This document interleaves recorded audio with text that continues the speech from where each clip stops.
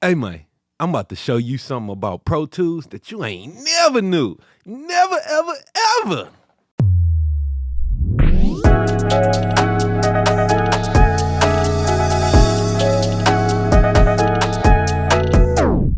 What's up, family? Welcome back. I'm Wavy Wayne from Wavy.wav.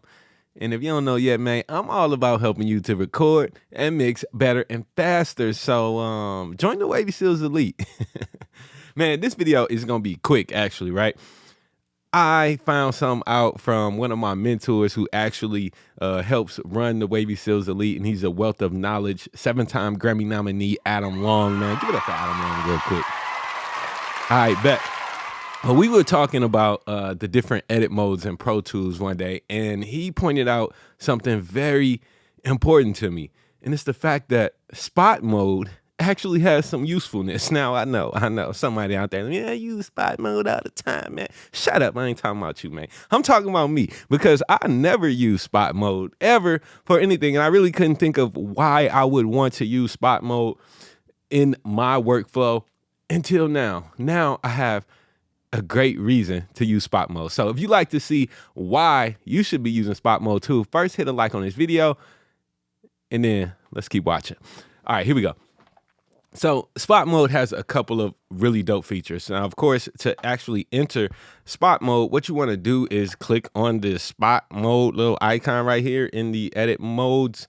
In your toolbar, in the edit mode section, you want to choose spot mode. Now, my favorite editing mode is always going to be grid. Most of the time I'm working in grid, but today we're going to work in spot mode. But before we do that, let's just imagine this case, use case number one. Imagine that I'm working in slip mode, right? Slip mode bus.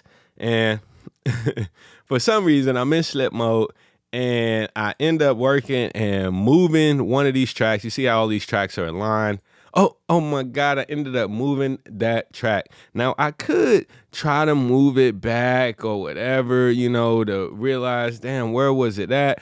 But I can't get it exactly where it was. Now, somebody out there, because it's the internet and y'all so smart, y'all gonna probably just say, Wayne, you could have just hit undo. Well, what if I was doing a whole bunch of other stuff and I didn't even realize that it moved, okay? That's the case I'm talking about. And if I did some things in between moving this clip and trying to put it back that I want to keep, using undo ain't gonna work. So this is where spot mode comes in. So I'm gonna click on the spot mode icon here, and all I need to do is click on the clip with the grabber tool, and the original user timestamp, and the user timestamp will be available here.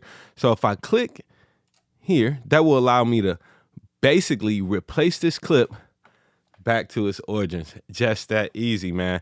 Pretty dope. Very useful feature. Another useful feature is that maybe I accidentally deleted an entire clip. Like, oh my God, I deleted that clip, but it's still over in the clips list. So maybe you deleted a track or just the clip on a track. You can go over to your clips list, drag it back onto a track, and as long as you're in spot mode, you can say, you know what? I want to spot it to the user timestamp, or even the original timestamp if it hasn't moved at all since you've edited it. Hit OK, and then that clip will jump back to its rightful place. So now that you see spot mode can actually be useful, join the Wavy Seals Elite so that you can get pro tips like this all the time, man. I'm Wavy Wayne from Wavy.wav. Be dope.